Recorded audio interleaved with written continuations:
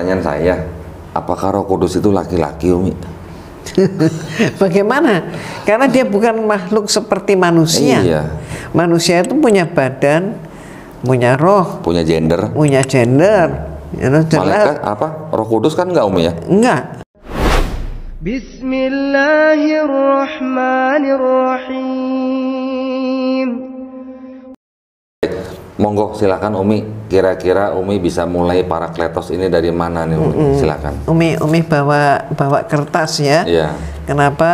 Karena benar-benar supaya kita membahasnya itu sesuai dengan kitab yang yang ada kaitan dengan ini, yaitu pertama dengan kitab suci Al-Quran, dan yang kedua adalah kita juga menggunakan Bible. Kenapa? Karena bersentuhan dengan Bible. Istilah Parakletos ini adanya di dalam Bible.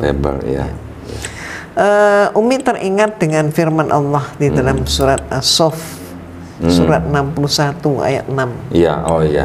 Umi langsung terjemah ya. Ya, langsung Umi silakan. Dan ingatlah ketika Isa putra Maryam berkata, Hai Bani Israel, sesungguhnya aku adalah utusan Allah kepadamu, membenarkan kitab yang turun sebelumku, yaitu Taurat, dan memberi kabar gembira dengan datangnya seorang Rasul yang akan datang sesudahku, yang namanya Ahmad atau Muhammad. Maka tatkala Rasul itu datang kepada mereka dengan membawa bukti-bukti yang nyata, mereka berkata, ini adalah sihir yang nyata. Jadi kita ketahui sampai hari ini pun tetangga sebelah sono tuh tidak mengakui bahwa Rasulullah SAW itu sebagai nabi, apalagi nabi akhir zaman. Maksud Umi sebelah tuh siapa? RT 16 gitu, Umi. lanjut. Jadi ini kalau dengan RT 16 pasti ketawa deh tuh. Jadi Umi tadi membacakan terjemahan daripada Quran surat As-Saff surat ke-61 ayat 6 ya, Umi ya. Jadi ini ayat yang memang sepertinya kok bunyinya hampir mirip dengan yang ada di Bible ya, Umi ya. Iya. Gitu ya. Oke, ya. Lanjut Umi. Nah, ini penasaran juga nih kita nih ya. Silakan Umi. Itulah sebabnya Umi tertarik ingin tahu, ingin berdiskusi dengan yang mempunyai keahlian di bidang ini. Ya. Jadi ini gimana sih sebenarnya maknanya Parakletos itu apa gitu kan ya? Karena kalau menurut Umi makna daripada Parakletos itu udah jelas ya, adalah seorang penghibur, adalah seorang penolong. Ya. Seorang gitu loh. Seorang ya, bukan seroh ya, Umi ya. Bukan seroh itu enggak ada. Ya. Nanti kita akan baca. Seorang itu kan berarti manusia dong, Umi. Manusia dong, karena ada badan, ada jiwa, ada fisik, ada ruh gitu kan ya. Seorang. Nah, siapa lagi nabi akhir zaman kalau bukan Rasulullah sallallahu alaihi wasallam. Maha benar Allah dengan semua firman-Nya. Tapi kok itu tadi tetangga RT berapa itu tadi? RT 16. Itu kan menolak itu ya. Ya, kalau menurut saudara kita yang Kristen kan dianggap bahwa Parakletos itu adalah khusus untuk Roh Kudus gitu. Pribadi ketiga daripada Trinitas. Tuhan. Nah, itu jadi ada perbedaan gitu, Umi ya. Nah, monggo, saya justru penasaran dengan materinya Umi ini. Parakletos nih dari mana nanti Umi melihat atau aspeknya tuh bagaimana gitu, Umi? Ya. Jadi kan begini, yang sangat mendasar adalah dalam beragama, ya tentunya kita hidup cuma sekali gitu ya. Tentu kita ingin memiliki agama yang benar-benar sumbernya itu dari Allah. Ya. Kitab sucinya memang betul-betul firman Allah. Allah yang maha kuasa dan Allah yang maha sempurna, Allah yang maha benar dan seluruhnya. Betul. Jadi bagaimana dengan firman Allah surat As-Saff ini kalau dikatakan itu Roh Kudus? Ya, walaupun mohon maaf Umi ya, walaupun di surat itu kan juga tidak dikatakan atau apa namanya, sudah jelas bahwa Nabi Isa alaihissalam sendiri yang mengatakan bahwa akan datang Rasul setelah Nabi Isa itu sendiri ya. Dan jelas-jelas itu disebutkan ada nama, namanya adalah Ahmad atau Muhammad. Kalau yang di Bible itu kan nggak ada nama ya Umi ya? Nggak ada nama. Hanya Parakletos gitu ya? Hanya Parakletos. Ya. Tapi kan seorang gitu. Nah, itu dia. Lanjut Umi, lanjut. Ya, sehingga karenanya sangat menarik gitu ya. Intisarinya adalah jangan sampai kita ini memiliki suatu yang sangat bermakna, yaitu keimanan, yaitu agama, tapi ternyata pemahamannya kita nggak ngerti. Gitu ya. Jadi Umi ingin pas, ingin tahu benar itu ya. Coba gimana? Oke, kalau dari Dondi gini Umi. Tadi Umi sudah membacakan ya Quran surat As-Saff pasal 61 ayat 6 bahwa di situ dikatakan akan datang seorang rasul sesudah Nabi Isa alaihissalam, namanya langsung disebut Ahmad gitu ya atau Muhammad gitu. Nah, ini kalau kita lihat memang seperti paralel dengan ayat di kitab Yohanes pasal 14 ayat 16 Umi. Ya kan bahkan dikatakan aku akan minta Bapa ya, aku akan minta kepada Bapa dan ia akan memberikan kepadamu seorang penolong yang lain. Nah, mohon diperhatikan. Seorang penolong yang lain. Ya, ada seorang, ada penolong, ada yang lain. Ya. Di sini penolong yang dimaksud ini kan adalah menggunakan kata Parakletos atau Parakleton gitu ya. Kalau Dondi ini kan alirannya aliran, kalau boleh dibilang aliran apa ya? Aliran kritik teks gitu Umi. Jadi kalau belum tahu kata aslinya apa, belum tahu strong numbernya apa, Dondi penasaran, pasti Dondi cari terus tuh. Nah, yang Dondi sudah pelajarin kata Parakletos atau Parakleton itu mempunyai strong number, nomornya 3875 Umi. Nah, strong number itu adalah kan sebuah apa nomor-nomor yang dipergunakan dalam apa namanya sumber mereka sendiri, itu bahwa setiap nomor itu mempunyai arti dan dia penggunaannya di ayat mana aja, definisinya apa gitu, dari dari kata dasarnya apa gitu. Nah, Doni udah pelajarin bahwa kata penolong atau Parakletos itu mempunyai strong number 3875. Nah, Doni nanti akan tampilin Umi ya di sini ya. Nah, kalau kita baca lagi di bahasa Inggrisnya, and I will pray the Father, ya, and He shall give you another comforter. Nah, jadi penolong adalah juga comforter atau Parakletos itu bisa disebut sebagai comforter. Di situ dikatakan juga apa? Yang lain itu menggunakan kata alos atau alon. Nah, di dalam bahasa Yunani itu ada kata alon atau alos yang artinya yang lain tapi dia sejenis gitu. Lain tapi sejenis. Orangnya beda. Orangnya beda tapi sama-sama orang. Sama-sama gitu. Orangnya, sama-sama predikatnya. Sama-sama predikatnya, sama-sama ciri-cirinya Umi. Nah, kita boleh apa namanya sedikit ya. Parakletos itu kan artinya mungkin Umi tadi udah apa namanya sedikit memberikan gambaran bahwa penghibur, penolong, pengantara juga Umi. Nah, kalau bahasa Inggrisnya advocate. Nah, advocate. Ini adalah sebenarnya kalau boleh saya bilang ini boleh disebut sebagai ciri-ciri seorang nabi. Setuju nggak Umi? Ya setuju dong. Jadi seorang penolong yang predikatnya berbeda, yang predikatnya sama. Berarti apa? Nabi Isa, nah ini nabi juga. Nah, siapa nabi sesudahnya Nabi Isa? Nah, jadi karena Yesus itu adalah juga manusia, Yesus juga nabi, ini juga diakui kan sama saudara kita yang Kristen kan? Terlepas dari mereka mengakui Yesus itu manusia juga, nabi juga, terus kemudian Tuhan juga, itu urusan mereka.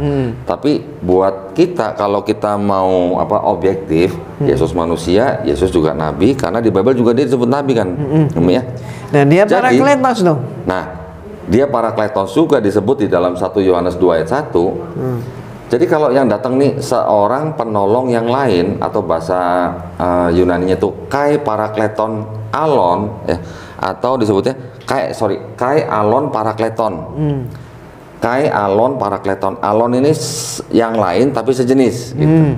Parakleton itu adalah pengantara, penghibur, penolong gitu. Jadi kalau ada manusia, nabi, Yesus, kemudian yang lain sejenis, berarti manusia juga, nabi dia juga gitu. Sampai di situ. Nah, ini saya akan tunjukkan arti kata Parakletos itu, Umi, ya, dengan nomor strong number itu 3875. Artinya itu di dalam bahasa Inggris nih ya, an advocate, intercessor, a counselor, comforter, helper. Ya, udah 5 tuh, Mi. Ini semua adalah ciri-ciri dari nabi memang. Dan yang yang uniknya di dalam seluruh 4 gospel, Mi, yang menyebut Parakletos itu cuma Yohanes. Ya, betul. Matius, Markus, Lukas tidak pernah menyebut Parakletos, hanya Yohanes. Karena apa? Karena Yohanes pada waktu menulis itu kan memang dia lebih banyak dari sisi teologinya gitu, ya.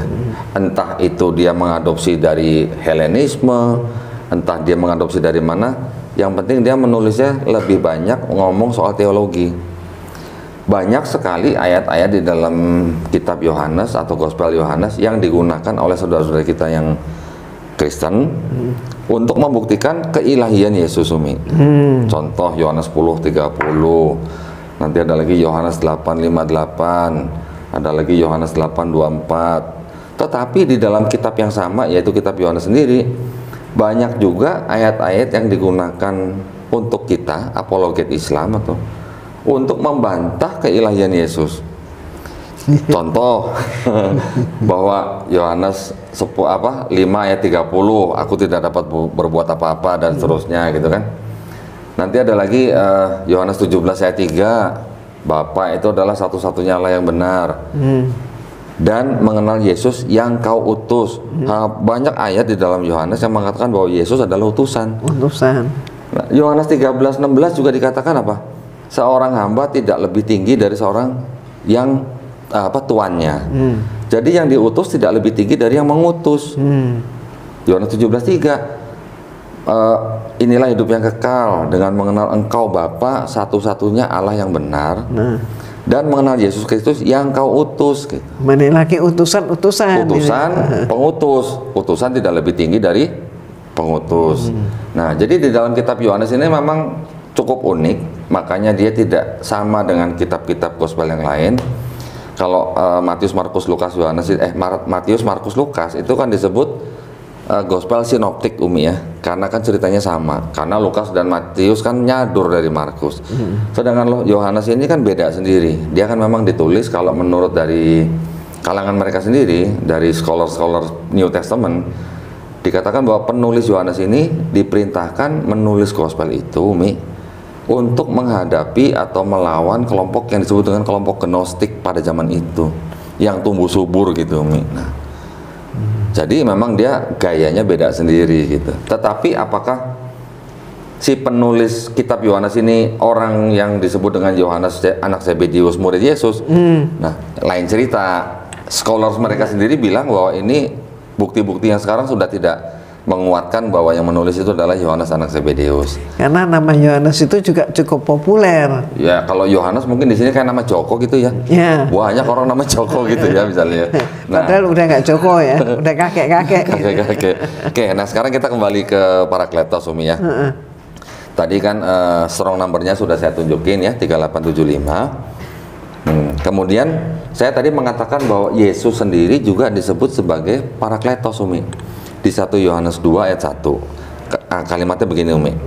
Anak-anakku, hal-hal ini kutuliskan kepada kamu supaya kamu jangan berbuat dosa. Namun jika seorang berbuat dosa, kita mempunyai seorang pengantara.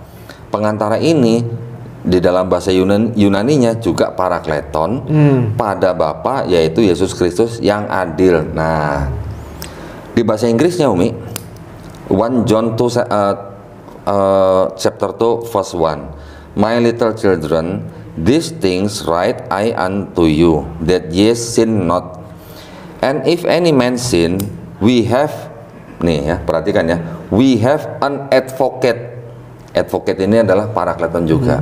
Kalau kita cek ke dalam bahasa Yunaninya, nomor strong numbernya sama dengan Yohanes 14:16, 1 Yohanes 2 ayat 1, itu strong numbernya tetap semua sama, 3875. Artinya advocate, comforter, helper, intercessor, ya. Jadi Yesus juga disebut sebagai advocate. Terus kemudian Yesus berdoa kepada Bapa untuk mengirimkan seorang advocate yang lain. Nah, sekarang yang menjadi permasalahan, kenapa saudara kita yang Kristen memberikan klaim atau argumen bahwa yang dimaksud dengan Parakletos itu adalah Roh Kudus, Umi? Karena memang di teks Yunani juga ada pneuma haigon. Nanti ayatnya kita lihat ya, Umi ya. Langsung saja.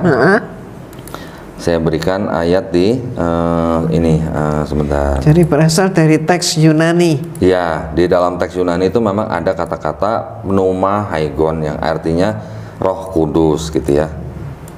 Di Yohanes 14 ayat 26 ya. Dikatakan begini.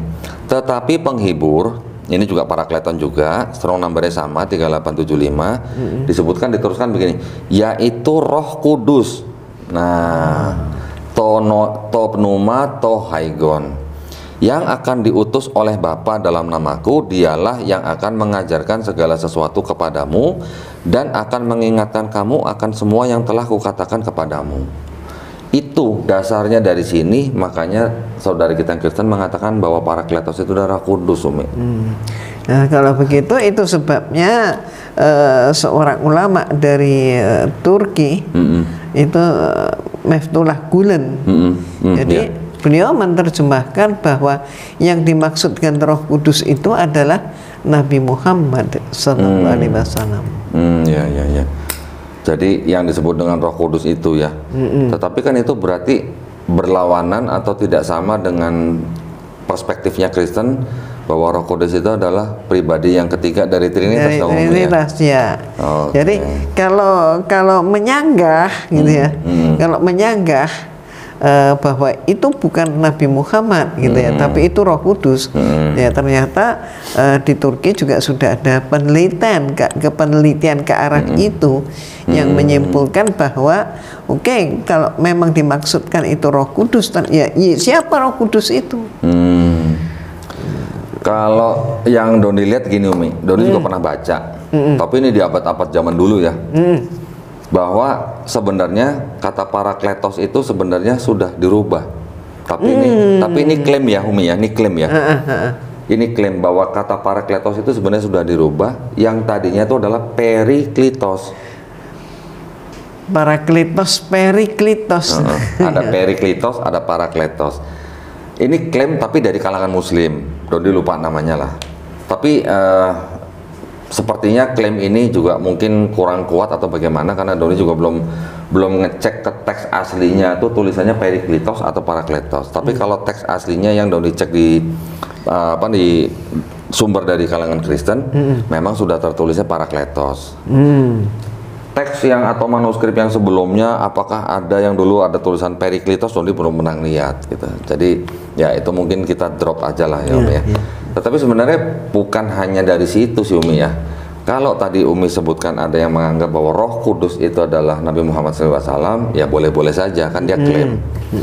Kalau Doni kok malah ngelihatnya bukan kata Roh Kudusnya, Umi, tetapi Roh Kebenaran. Roh Kebenaran. Nah, kan ada di ayatnya kan, yang di ayat ke berapa ya sebentar ya? Yang kalau nggak salah di Yohanes 16 ayat 7. Enggak, 12 sampai 13, Umi. Oh, 12 sampai 13. Ya. Yang di Yohanes 16 ayat 12 sampai 13 itu kan dikatakan begini. Masih banyak hal yang harus kukatakan kepadamu, kan? Tetapi sekarang kamu belum dapat menanggungnya. Tetapi apabila Ia datang, yaitu Roh Kebenaran. Nah, kalau Doni sih nggak mau klaim, tapi hanya mikirnya di dalam setiap manusia kan juga ada roh. Doni yakin bahwa di dalam Nabi Muhammad SAW roh yang ada di dalam Nabi Muhammad SAW yaitu hanya roh kebenaran. Ya. Tidak ada roh dusta, tidak ada roh yang macam-macam gitu. Hanya roh kebenaran. Mungkin itu yang dimaksud gitu ya. Dia akan memimpin kamu ke dalam seluruh kebenaran. Sebab ia tidak akan berkata-kata dari dirinya sendiri, tetapi segala sesuatu yang didengarnya itulah yang akan dikatakannya, dan ia akan memberitakan kepadamu hal-hal yang akan datang. Ya, bukan kita mau cocokologi nih, Umi. Ya.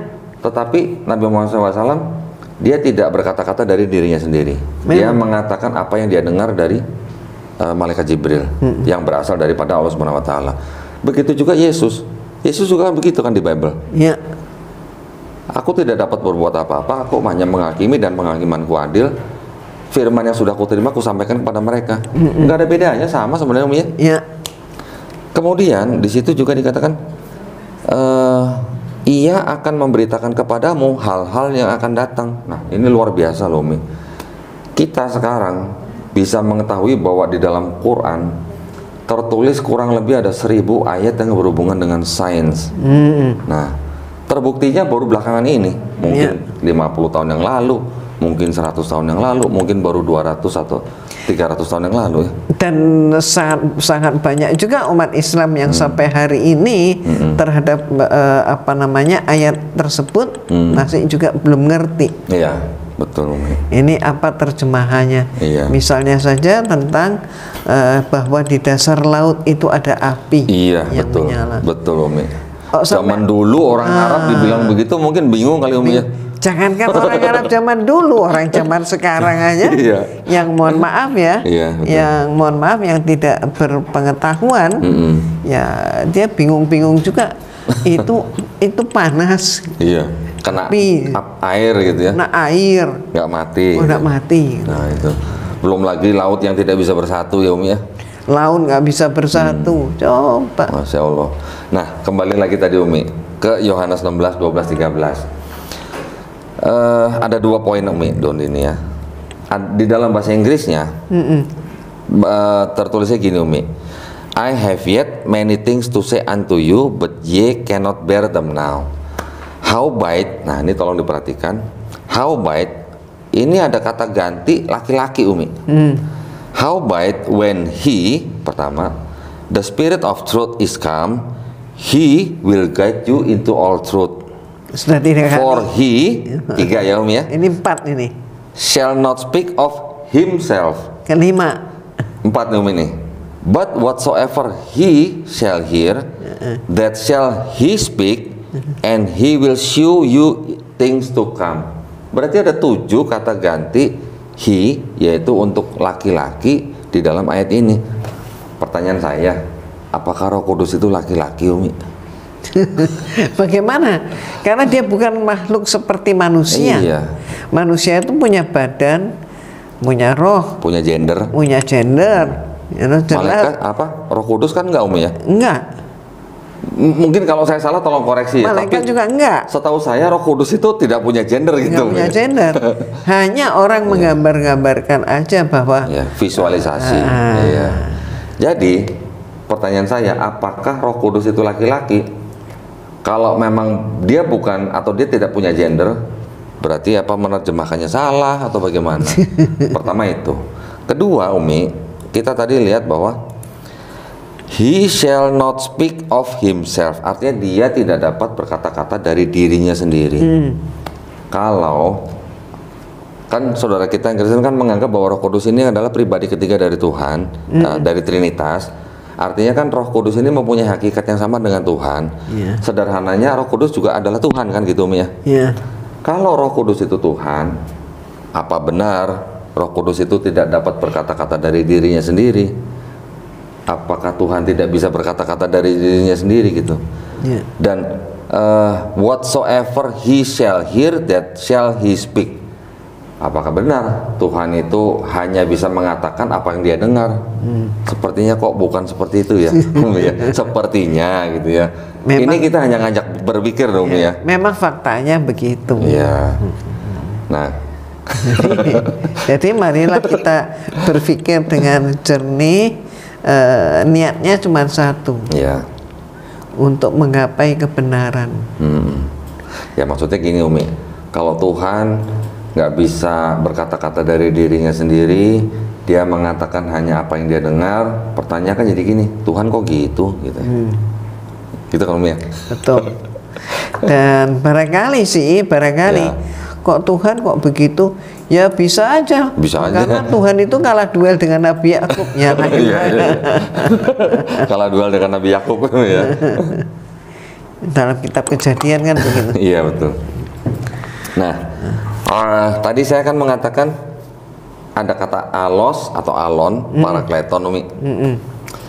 Kai alon parakleton, artinya seorang penolong yang lain. Nah, tadi kan Doni mengatakan di dalam bahasa Yunani ada alon yang artinya sejenis, ya. Yang lain tapi sejenis. Yang lain tapi sejenis. Ada lagi kata yang lain itu adalah heteros Umi. Heteros kita pernah dengar lah ya, heterogen lah ya. Heteros itu artinya yang lain tapi tidak sejenis. Gitu. Nah, Doni tunjukin strong numbernya ada nih Umi ini. Nah, kalau alon atau alos itu strong numbernya nomor 243, sebuah a primitive word ya, artinya another of the same kind, another of a similar type Umi. Nah, kalau yang heteros itu strong numbernya 2087, artinya adalah another of a different kind. Nah, heteros itu juga bisa berarti another but distinct in kind, artinya yang lain tapi berbeda dalam jenis gitu. Stands in contrast ya, jadi berbeda jauh dengan strong number 243 yaitu alos. Heteros ini another of a different quality, jadi kualitasnya berbeda. Emphasizes it is a qualitatively different from its counterpart atau comparison. Nah, jadi memang yang bertolak belakang dengan alos itu, kalau alos yang lain tapi sejenis, heteros itu yang lain tapi tidak sejenis. Tidak sejenis. Mungkin kurang lebih kalau saya gambarkan gini lah. Ini Mercy, yang sejenis itu ya sama-sama Mercy gitu. Yeah. Kalau heteros itu yang satu Mercy, yang satu Bajaj gitu mungkin. Gitu ya. Tidak sejenis, tidak sejenis. Tidak gitu. Setara, tidak imbang. Iya. Jadi ya bukan kita mau gimana sih Umi ya. Yesus juga disebut parakletos atau parakleton. Ya. Kemudian Yesus berdoa kepada Bapa untuk mengirimkan seorang parakleton yang lain. Atau jadi, seorang advocate yang lain. Berarti selain dirinya. Selain dirinya, iya. Nah, terus ada lagi satu lagi yang penting nih Umi ya di ayat yang ini. Bahwa dikatakan parakleton itu nanti akan datang kalau Yesus pergi. Ada ayatnya Umi, saya bacakan sebentar nih ya. Karena ini poin penting juga. Jadi kalau Yesus tidak pergi, parakletos itu tidak akan datang. Nah, sebentar ya Umi ya, di ayat yang Yohanes 16 ayat 7. Belum dibacakan ya Umi ya. Namun benar yang kukatakan ini kepadamu adalah lebih berguna bagi kamu jika aku pergi ya. Sebab jikalau aku tidak pergi, penghibur itu atau parakletos itu atau parakleton itu atau advocate itu tidak akan datang kepadamu. Tetapi jikalau aku pergi, aku akan mengutus dia kepadamu. Nah, ini berarti tadi kan bilang Yesus minta kepada Bapa untuk mengirim seorang parakletos yang lain. Ya. Tetapi parakletos ini akan datang hanya jika Yesus sudah pergi, Nah, gitu ya. Sedangkan kalau parakletos ini menurut klaim daripada saudara kita yang Kristen bahwa itu adalah Roh Kudus, pada waktu Yesus belum lahir, Roh Kudus sudah ada, Iya. Zakaria kepenuhan Roh Kudus, Elizabeth kepenuhan Roh Kudus, ya kan Umi? Iya. Terus kemudian setelah Yesus lahir, pada waktu Yesus dibaptis, ada suara dari langit, ada burung merpati yang digambarkan sebagai Roh Kudus. Berarti kan itu Roh Kudusnya udah turun. Apa itu parakletos yang dimaksud itu, parakletos? Ya, enggak. Yang burung merpati turun itu. Nah, jadi kalau Yesus bilang, jikalau aku tidak pergi, parakletos itu tidak akan datang. Yesus waktu dibaptis, Parakletos sudah turun gitu. Nah ini kan bertentangan, Umi. Ya. Gitu ya. Terus kemudian juga Yesus mengatakan apa? Bukan mengatakan, pada waktu di, kalau nggak salah di satu ayat yang sebelum Yesus pergi, ini yang disebut dengan perpisahan Yesus dengan murid-muridnya. Dikatakan Yesus mengembusi Roh Kudus kepada murid-muridnya. Ayatnya ini sebentar saya cari, Umi, ini ada nih. Mengembusi Umi. Menghembus ya. Tulisannya nggak ada hanya, mengembusi. Gimana? Sebentar, Umi ya. Bentar deh. ada sebentar. Di ayat berapa ya? Mengembusi. Di Yohanes 20 ayat 22:2. Nah, dikatakan gini. Dan sesudah berkata demikian, ia Yesus mengembusi mereka dan berkata, terimalah Roh Kudus. Ya, berarti meniup gitu ya? Iya, meniup lah. Meniup. Mungkin kan ini kan sama dengan menghembus gitu ya, Umi ya. Jadi ini Yesus masih hidup, belum diangkat ke langit, sudah mengembusi Roh Kudus kepada murid-muridnya. Padahal rumusan Roh Kudus itu adalah Konsili Konstantinopel kan? Iya, 381, Umi. 381. Iya, betul. 381 itu nggak tanggung-tanggung loh, abad keempat. Iya. Berarti udah berapa tahun, berapa ratus tahun dari semenjak Yesus ya, Umi ya? Ya, 381 tahun. Kalau anggap saja gitu, anggap saja ya, dianggap benar bahwa dia lahirnya tahun 1. Kalau tahun 1. Wah, itu bahasan lain, Umi. Kalau tahun 1, Umi ya. Kalau ya. Kalau ngikutin Matius, Herodes itu paling tidak dia lahir tahun 6 sebelum Masehi. Ada yang bilang tahun 12 sebelum Masehi. Apa? 12 sebelum Masehi. Oh gitu, Umi. Iya. Kalau ngikutin Lukas, harusnya dia tahun 6 Masehi. Sesudah Masehi. Sesudah Masehi. Berarti bedanya 12 tahun. Nah, tapi yang krusial di sini adalah satu, Yesus mengatakan bahwa jikalau Yesus tidak pergi, penghibur itu atau Parakletos itu tidak akan datang. Iya. Tetapi Yesus belum pergi, Yesus sudah mengembusi Roh Kudus. Berarti yang diembusi oleh Yesus ini bukan Parakletos. Kuncinya kan begitu, Mi. Iya. Kalau mau mereka bilang Parakletos Roh Kudus dan yang diembusi oleh Yesus kepada murid-muridnya juga Roh Kudus atau sama-sama Parakletos, berarti kontradiksi. Gitu. Roh Kudusnya belum ada, definisi itu belum ada, belum dikenal. Iya, terjemahannya memang tulisannya Roh Kudus, ya. Kan ada banyak di dalam ayat-ayat itu kata Roh Kudus ini kan ditulis dengan Pneuma Haigon, tapi banyak juga ditulis dengan To Pneuma To Haigon. Itu aja masih diperdebatkan, Umi. Jadi kalau nggak pakai definite artikel itu ditujukan kepada siapa, kalau pakai definite artikel ditujukan kepada siapa. Ini berkaitan dengan antara dua pribadi, yang satu giver, yang satu gifts-nya gitu loh. Pemberi dan yang diberi gitu. Jadi ya, tapi Doni nggak mau masuk ke arah situ lah, mungkin nanti terlalu menjelimet gitu ya. Tapi yang penting ini aja. Satu, Yesus disebut sebagai Parakleton. Kedua, Yesus minta kepada Bapa untuk dikirimkan seorang Parakleton yang lain yang sejenis. Maksudnya adalah untuk melanjutkan karya Yesus. Yang ketiga, Parakletos itu tidak akan datang sebelum Yesus pergi. Sebelum Yesus pergi, Yesus sudah mengembuskan Roh Kudus. Jadi kalau Roh Kudus di sini adalah Parakletos yang dimaksud oleh saudara kita yang Kristen, berarti berkontradiksi gitu antara Yohanes 16 ayat 7 dengan Yohanes 20 ayat 22 gitu.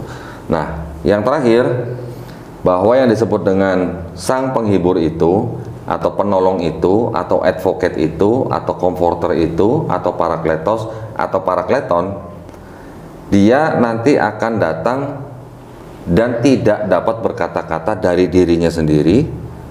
Dia akan mengatakan apa yang dia dengar. Nah, kalau Parakletos itu Roh Kudus, menurut teman yang Kristen, Tuhan kok gitu, nggak bisa berkata-kata dari dirinya sendiri gitu. Poin saya gitu, Mi. Kalau dari saya. Aneh. Betul. Kalau Umi mungkin ada tambahan yang lain apa gitu poinnya? Ya, artinya begini, semakin kita dalami, membuat kita semakin bersyukur bahwa Allah berkenan memberikan nikmat iman dan nikmat Islam. Iya, betul. Bahwa kita alhamdulillah diberi pedoman hidup. Iya, betul. Yaitu Quran dan Sunnah. Ya. Dan kita ini semakin bangga, semakin bersyukur. Kenapa? Karena ternyata Al-Quran kita ini adalah satu-satunya kitab suci yang tidak pernah membutuhkan perubahan. Iya, betul. Ya. Ya. Makanya Al-Quran itu adalah mukjizat. Iya, betul. Mukjizat yang terbesar, Umi ya. Yang istilahnya apa ya, memang terlihat oleh semua orang sebenarnya yang mau membaca gitu. Yang mau membaca dan terbukti dan mau berpikir, iya betul. Itu kan kalau dikatakan bahwa Rasulullah itu jiplak dan sebagainya, bagaimana bisa menerangkan tentang maaf contoh yang kita sebut tadi saja? Iya betul. Tidak mungkin. Sementara Rasulullah juga mohon maaf menyatakan bahwa ada 3 olahraga yang penting, yaitu berkuda, memanah, terus satu lagi adalah berenang. Berenang. Bagaimana Rasulullah bisa tahu tentang berenang? Kapan Rasulullah berenang? Perasaan nggak ada sungai ya di Mekah atau Madinah, nggak ada sungai kayaknya Umi ya. Kalau kuda oke, masih ada kan ya, panah masih ada. Bagaimana renang? Rasulullah nggak mengerti tentang berenang. Insya Allah seumur hidup juga Rasulullah nggak pernah berenang. Tapi Rasul bisa menyampaikan hal itu. Dari mana itu? Nah, kalau kita lihat kepada kitab-kitab yang sebelumnya, misalnya di dalam Bible tidak ada, kecuali penjala ikan ya, berjalan di atas air. Ya, Masya Allah ya Umi ya. Masya Allah. Kalau kita ada satu poin dari Dondi gini Umi, bahwa oke lah, ini di dalam diskusi lintas agama ini antara Islam dan Kristen, khususnya mengenai Parakletos ini, sebenarnya Doni juga nggak terlalu bagaimana untuk klaim bahwa Parakletos itu pasti Nabi Muhammad SAW. Karena apa? Karena Gospel atau Bible itu bukan Taurat, Zabur, Injil yang dimaksud oleh Quran gitu, Umi. Yang dipegang oleh orang Kristen sekarang ini, Bible dalam bentuk yang sekarang ini itu bukan Taurat, Zabur, Injil yang dimaksud oleh Quran gitu, Umi. Ya, jadi Quran menyatakan bahwa Nabi Isa diberi kitab Injil. Nah, tapi apakah Matius, Markus, Lukas, Yohanes itu Injil yang dimaksud oleh Quran? Nah, sepertinya bukan gitu loh. Sepertinya bukan, sederhana aja ya. Sederhana aja cara kita melakukan uji coba seperti apa. Misalnya begini. Coba Al-Quran itu karangannya siapa? Ada nggak nama pengarangnya? Nggak ada. Artinya ada. Ya sudah jelas itu bukan karangan Nabi Muhammad SAW. Jadi nggak ada kan nama pengarang. Sementara Injil karangan Matius, karangan Markus, karangan Lukas, karangan Gospel according to. Nah, ya. Zaman dulu Mi, yang sekarang udah nggak ada. Karangannya udah nggak ada sekarang Umi. Yang sekarang langsung Matius, Markus, Lukas, Yohanes udah gitu. Tetapi apakah benar yang menulis Matius itu orang yang bernama Matius? Tidak ada jaminan. Tidak ada jaminan. Bahkan Umi, Doni membaca daripada perwalian atau wali-wali gereja Uskup Amerika Serikat. Dia di situ kan juga ada apa namanya, semua kitab dalam Bible mereka ada, dari mulai Kejadian sampai Wahyu. Nah, biasanya sebelum masuk ke dalam pasal 1 ayat 1, mereka ada semacam kayak pengantar gitu. Nah, untuk Matius, Markus, Lukas, Yohanes, mereka semua pengantarnya menyatakan bahwa tradisi mula-mula yang mengatakan bahwa penulis kitab ini bernama ini itu di zaman sekarang sudah tidak relevan lagi, atau sudah dapat dibuktikan atau bukti-buktinya tidak mendukung untuk itu gitu. Oke, Kalau kita melihat surat-suratnya Paulus, surat-suratnya Paulus itu kan 70%. Iya. Nah, misalnya apa? Kitab Roma. Gitu ya. Kitab Roma pasal 1 ayat 1 di situ dikatakan dari Paulus. Iya, betul. Jadi Paulus gitu ya. Paulus ini dia bukan nabi kan ya. Dia tidak menerima. Dia mengaku rasul gitu. Ya, dia ngaku rasul. Tapi dia ngaku mengklaim dirinya sebagai rasul. Tapi siapa yang menyaksikan? Ya, tapi lagi pula gini Umi. Definisi rasul di Bible dengan definisi rasul di Islam beda Umi. Nah, tuh. Kalau rasul di Bible itu kan yang dianggap sebagai murid Yesus. Kalau kita di Islam rasul itu kan adalah utusan Allah yang membawa hukum yang baru gitu. Bedanya kan di situ. betul. Nah, ini juga mungkin edukasi ya buat para pemirsa ya, Umi, ya. Bahwa kalau ada kata rasul di Bible dengan kata rasul di dalam Islam tuh definisinya beda. Tidak sama gitu ya. Nah, malah saya pernah baca Umi, menurut ahli-ahli perjanjian baru zaman sekarang, dari sekian banyak surat Paulus, itu ternyata diduga separohnya tuh bukan tulisan Paulus asli. Nah, memang iya. Karena Paulus itu sejak muda, kalau itu kita pelajari dari sejarahnya ya, ternyata dia sudah pakai tabib. Tabib ya berarti kalau hari ini dokter, sudah punya dokter, berarti apa dong? Dia orang yang mempunyai kelemahan fisik. Ya. Dan tabibnya siapa? Lukas. Tradisinya mengatakan Lukas gitu ya. Tabib dan teman seperjalanan gitu. Teman seperjalanan. Dan Lukas ini menceritakan apa yang didengar dari Paulus. Paulus berbicara apa, itu didengar dan itu dianggap oleh Lukas Yesus yang menyatakan. Nah, berarti kalau gitu kan ada apa ya? Ada sanad yang terputus dong. Ya memang. Tapi kan nggak ada telaah tentang sanad. Iya. Nah. Betul. Jadi kalau begitu berarti gospel itu kalau kita bandingkan dengan hadis di Islam, ini gospel ini hadis apa nih Umi? Umi sangat setuju dengan pendapat daripada Profesor Maurice Bucaille. Oh, Maurice Bucaille ya. Yang beliau menyatakan bahwa kalau kita mau seimbangkan gitu ya, mau ditimbang yang sama gitu ya, antara Al-Quran dengan Bible, maka Al-Quran adalah wahyu Allah. Tapi Bible ini timbangannya ternyata adalah kumpulan hadis yang doif. Doif nih ya. Ya. Jadi Hasan juga enggak ya, Umi ya? Hadis do'if. Hasan pun tidak. Doif ya. Di bawahnya Hasan. Di bawah Hasan. Untung nggak mau dulu. Oke, udah berapa menit? Oke, cukup ya. Saya rasa sangat menarik nih sebenarnya Umi. Tapi Umi seperti juga harus istirahat ya Umi ya. Tadi soal Parakletos sudah cukup Umi ya? Atau mungkin ada tambahan sedikit sebelum saya tutup? Insya Allah nanti kita lihat aja dulu ya. Iya. Kan Umi kan maunya kan singkat, padat, daging tidak berlemak gitu Umi ya? Iya, daging tidak berlemak. Nah, tadi kan Doni sudah sebutkan beberapa poin ya di dalam Parakletos. Strong number-nya apa? Ayat-ayatnya mana saja yang mengutip Parakletos. Ini dari saya tampilkan sekali lagi aja supaya buat referensi buat para pemirsa ya. Adanya di Yohanes 14:16, ini kata Parakletos. Kemudian Yohanes 14 ayat 26, Yohanes 15 ayat 26, Yohanes 16 ayat 7, dan sebutan Parakletos untuk Yesus ada di 1 Yohanes 2 ayat 1 ya.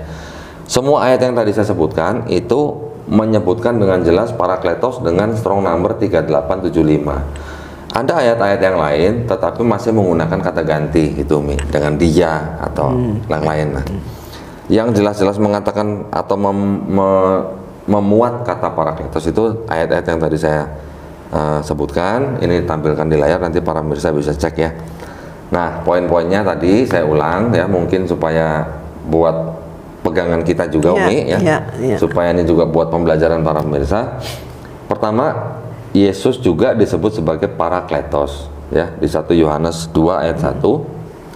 Kemudian Yesus meminta kepada Bapa agar dikirimkan seorang parakletos yang lain yang sejenis. Nah, karena pakai kata alon atau alos gitu ya. Alos atau alon, strong numbernya nomor 243. Artinya yang lain tapi sejenis. Bukan heteros ya. Heteros itu yang lain tapi tidak sejenis gitu. Kemudian yang berikutnya, bahwa parakletos itu dikatakan akan datang jikalau Yesus pergi, ya, Umi ya. Ya. Jadi kalau Yesus tidak pergi, parakletos itu tidak akan datang. Tetapi nyatanya pada waktu Yesus belum lahir, Zakaria sudah kepenuhan Roh Kudus, Elizabeth sudah kepenuhan Roh Kudus. Pada waktu Yesus dilahir, Roh Kudus turun dalam bentuk merpati. Bagaimana mungkin itu? Ya, pokoknya Roh Kudus gitu terus ya. Terus kemudian bahwa Yesus sendiri sebelum diangkat ke langit, Yesus sudah mengembusi Roh Kudus kepada murid-muridnya. Artinya kalau saudara-saudara Kristen kita menganggap bahwa parakletos itu adalah Roh Kudus, tidak sesuai dengan perkataan di Yohanes sendiri bahwa penghibur atau parakletos itu tidak akan datang jikalau Yesus tidak pergi. Oke. Kemudian yang terakhir, di dalam Yohanes 16 tadi ya, ayat 12 ya kalau nggak salah sampai 13, dikatakan bahwa Yesus mengatakan bahwa masih banyak yang harus kukatakan kepada kamu murid-muridnya, tetapi kamu belum dapat menanggungnya. Tetapi Dia nanti yang akan datang, yaitu Roh kebenaran ya. Roh kebenaran ini juga yang kita anggap bisa masih masuk ke dalam konteks bahwa di dalam Nabi Muhammad SAW itu ada roh yang isinya roh kebenaran. Ya, itu yang dimaksudkan oleh Gulen tadi ya, Fethullah Gulen. Oke, terus tetapi di dalam ayat 13-nya dikatakan bahwa Dia nanti akan memberitahukan apa yang akan datang gitu ya. Kemudian dikatakan juga Dia tidak dapat berkata-kata dari dirinya sendiri. Dia akan mengatakan apa yang Dia dengar gitu. Nah, poinnya adalah jikalau parakletos itu adalah Roh Kudus sesuai dengan klaim saudara kita yang Kristen, berarti kalau dianggap Roh Kudus itu sebagai Tuhan, masa iya Tuhan tidak dapat berkata-kata sendiri dari dirinya gitu ya? Masa iya Tuhan hanya mengatakan dari apa yang Dia dengar gitu? Ya, kok tidak punya otonomi gitu ya. Oke, itu 5 poin yang kita bahas pada hari ini ya. Mudah-mudahan dengan kajian kita pada hari ini bisa menjadi sebuah manfaat buat para pemirsa gitu, Umi. Ya, insya Allah. Mungkin sebelum ini Umi mau banget tutup atau dengan closing statement apa gitu, Umi, silakan. Ya, alhamdulillah, marilah kita bersyukur kepada Allah. Iya. Bahwa kita diberi kesempatan, diberi kesehatan, diberi waktu dan dilonggarkan waktu hidup kita sehingga kita bisa jumpa silaturahmi melakukan kajian ini. Amin. Ya, kajian ini adalah kajian ilmiah. Iya. Jadi kita mencari kebenaran. Kenapa? Karena apa sih yang ingin dicari? Iya. Hidup cuma sekali, Umi ya. Hidup cuma sekali. Nah, mudah-mudahan akan sangat bermanfaat bagi kita semuanya. Dan terima kasih atas silaturahmi. Saya yang terima kasih, Umi, sudah dikasih minum tadi, sudah dikasih makan gitu. Masya Allah. Oh, itu cuman nggak makan lele tadi si Umi. Oke. Alhamdulillah ya, tadi kita sudah izin tutup ya, Umi ya. Iya, terima kasih. Sekali lagi kami ucapkan banyak terima kasih atas perhatiannya. Mohon maaf jika masih ada kekurangannya. Wabillahi taufiq wal hidayah. Wassalamualaikum warahmatullahi wabarakatuh. Terima kasih banyak, Umi. Waalaikumsalam warahmatullahi wabarakatuh. Terima kasih banyak. Alhamdulillah.